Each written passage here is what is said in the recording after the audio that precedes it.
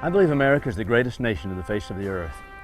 Americans have not only enjoyed the greatest freedoms that man has ever known, but our nation as a whole has enjoyed the greatest prosperity ever known to the history of mankind.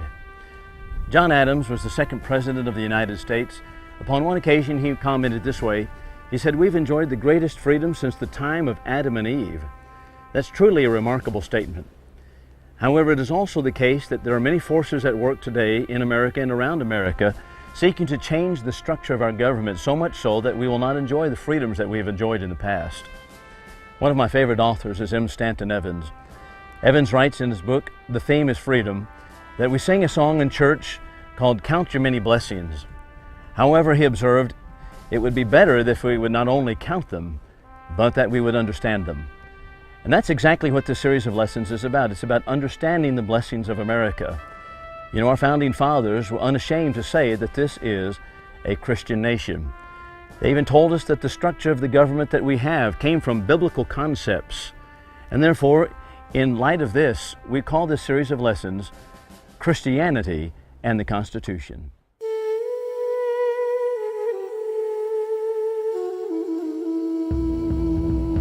The Declaration of Independence is one of the fundamental documents of our great nation. It sets forward with great clarity the source of our freedoms in America. It is what we might call the principal manifesto of American politics. One of the most striking characteristics is that it reads like a theological document. Rights and liberties are gifts of God. It defines for us the limited form of government we have adopted, and that the government itself does not dispense rights, but merely is the protector of them. This fundamental concept is one of the great keys to the American success story. Discover this long-forgotten principle in this, as Bill Lockwood of Wichita Falls makes the case. Friends and countrymen, that was sacrifice. They knew precisely what they were up to. And they penned the greatest document, the greatest creed as far as professing liberty that has ever come to us from uninspired men. M. Stanton Evans, one of my favorite authors, in the book The Theme is Freedom, from whom also I have borrowed some material, he makes this comment. He says that we sing a song in church, Count Your Many Blessings. However, it would be better if we would understand them, not merely count them. Understand our blessings. Understand from whence they have come. How is it that, as John Adams stated, that we have been the freest people since the time of Adam and Eve? How is it that we have had the most prosperous nation that God's green earth has ever seen? How is that the case?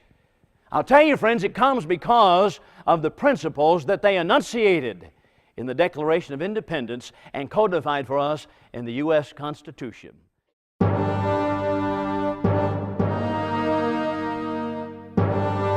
The founders of our nation were truly great men.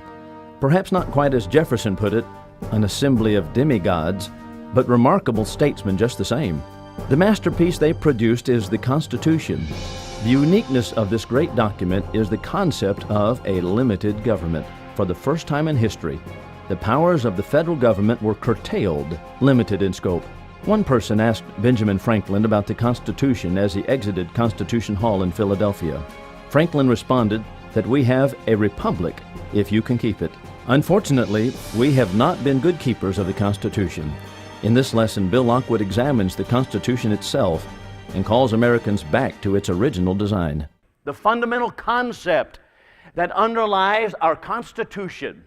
How can individuals curtail, that means limit or restrain, the powers of government in order that we might maintain our individual liberties? That is the history of all government. That is the history that was not answered successfully by Cromwell and his Roundheads. It was answered only for the first time in history by your founding fathers. All rights come from God. We have those rights bequeathed to us because we are created in His image, so stated the Declaration of Independence. And those rights can only be maintained by constraining political power. Constrain that power.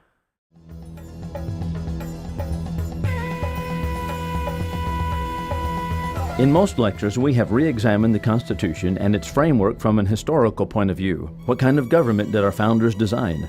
In this, Dr. Alex Bigham of Phoenix, Arizona reviews not only its original design, but how current trends are taking us towards a socialistic-style government. This is what socialists love. They love these periods of crisis, especially financial crisis and times of war, because that's when they know that they can institute all the aspects of socialism. That's where they jam it down our throat using fear tactics. And that's what they have done over the last few months. Oh, if we don't do this, it's going to be a disaster. That's what they're telling us, right? If we don't cover 47 million more people, oh, it's going to be the greatest catastrophe for our country, for health care. Are you serious? Here is Rahm Emanuel. In this picture with Sarah Brady. He's being given the Visionary Award. Here's a quote from Sarah Brady. Our main agenda is to have all guns banned. We must use whatever means possible. It doesn't matter if you have to distort facts or even lie. Our task of creating a socialist America can only succeed when those who would resist us have been totally disarmed. There's no secret behind what they're doing. They're not even doing it clandestinely anymore. They are pushing us in that direction. This is a power grab like we have never seen before. It's already on our front covers of our major magazines. It's a done deal, they're telling us. Here's an article from this magazine. This was the title article.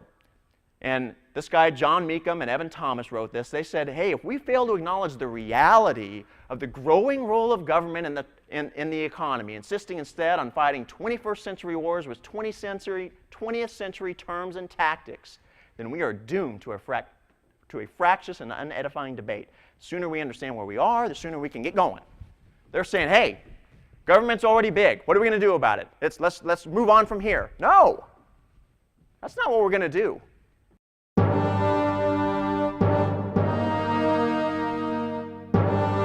One of the many questions that people ask is, how did America drift towards the collectivist left?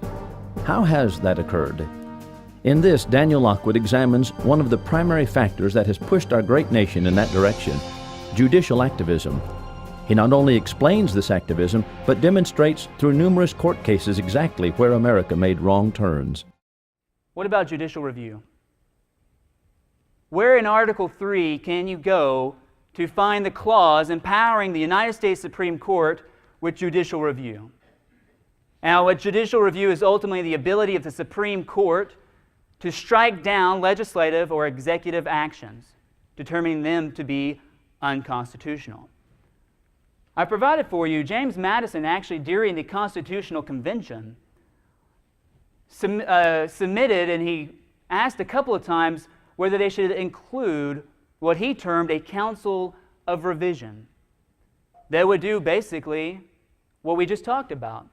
He thought on some level it might be practical to allow the Supreme Court the ability to strike down legislative and executive action. In fact, that was not completely uncommon. They were familiar with that power. It existed, I think, in some of the states already. And James Madison wondered, should we apply that to the federal model? And every single time that question was brought up in the Constitutional Convention, they said no. We do not want the Supreme Court, the judicial branch of the United States of America, we do not want them to have judicial review.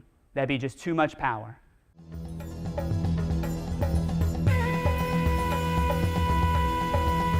Probably the hottest topic in America is the relationship between religion and politics, or more commonly put, church and state. By torturing the First Amendment, the federal government has not only created a secular society, but at the same time marginalized Christian people and effectively disengaged them from the political process. Scott Lockwood here throws down the gauntlet in his examination of the original intent of the Founding Fathers. The anvil that they have hammered us out through and started to mold this country into something that you don't recognize, that anvil has been separation of church and state. That's great. It was in the Soviet Union Constitution.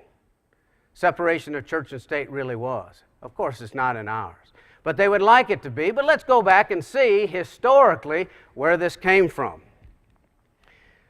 Where we are now, a verbal prayer offered is unconstitutional even as both voluntary and denominationally neutral. In 1962, Engel versus Vitale, there is the death knell of America. That began, but when we say it's unconstitutional, what are we really talking about? You know, Thomas Jefferson may not be the best to tell us and prescribe what constitutionality is. Maybe he is. I don't care. I'm going to use him, though, because you know why? He's not in disfavor with the university professors, is he? See, they've bought off on their own lie. They think he was a deist, so he's their hero. So we'll use their hero, and let's ask Thomas Jefferson what it means when we say constitutionality. He says, the Constitution which our Union rests shall be administered by me according to the safe and honest meaning contemplated by the plain understanding of the people of the United States at the time of its adoption.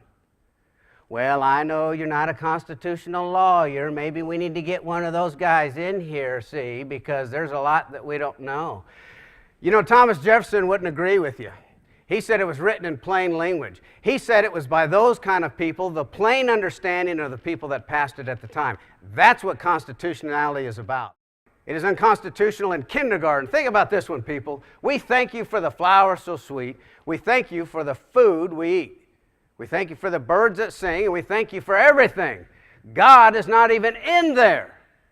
Just like now, in fact, I'll show it to you tomorrow. I meant to bring it up here. In the Constitution that the government hands out, they talk about the first Thanksgiving. And it's got George Washington, his proclamation, the first Thanksgiving. And the last thing they put in there, the only thing they want to keep out is God. So they don't even mention it. They said, well, that was to give thanks. So we're going to give thanks. That was our first Thanksgiving, to give thanks. You know what? You know you're on the wrong side when you've got to change history. I know there's people that disagree with us, but then I'm going to ask you, why are you afraid of history? Why are you afraid of the truth? Here it is that they think God may be in the minds of the children. We've got to come to an absurd point to think that our founding fathers would think that was unconstitutional. Unconstitutional for 10 Commandments to hang on the walls of a classroom. Stone versus Graham in 1980. A few weeks before that, Polish students would protest against their government because their government would roll in and try to take the Catholic crucifix off the wall of one of their schools in a communist-controlled country. And we stood and we cheered as those students stood outside in revolt and rebellion and said, not here. And their government thought it not worth the effort, and their government backed down, and the world applauded. And 2 weeks later, our justice system went into Kentucky and said, take it down off the walls. And we did it, and there wasn't a whimper in America. Because we have been taught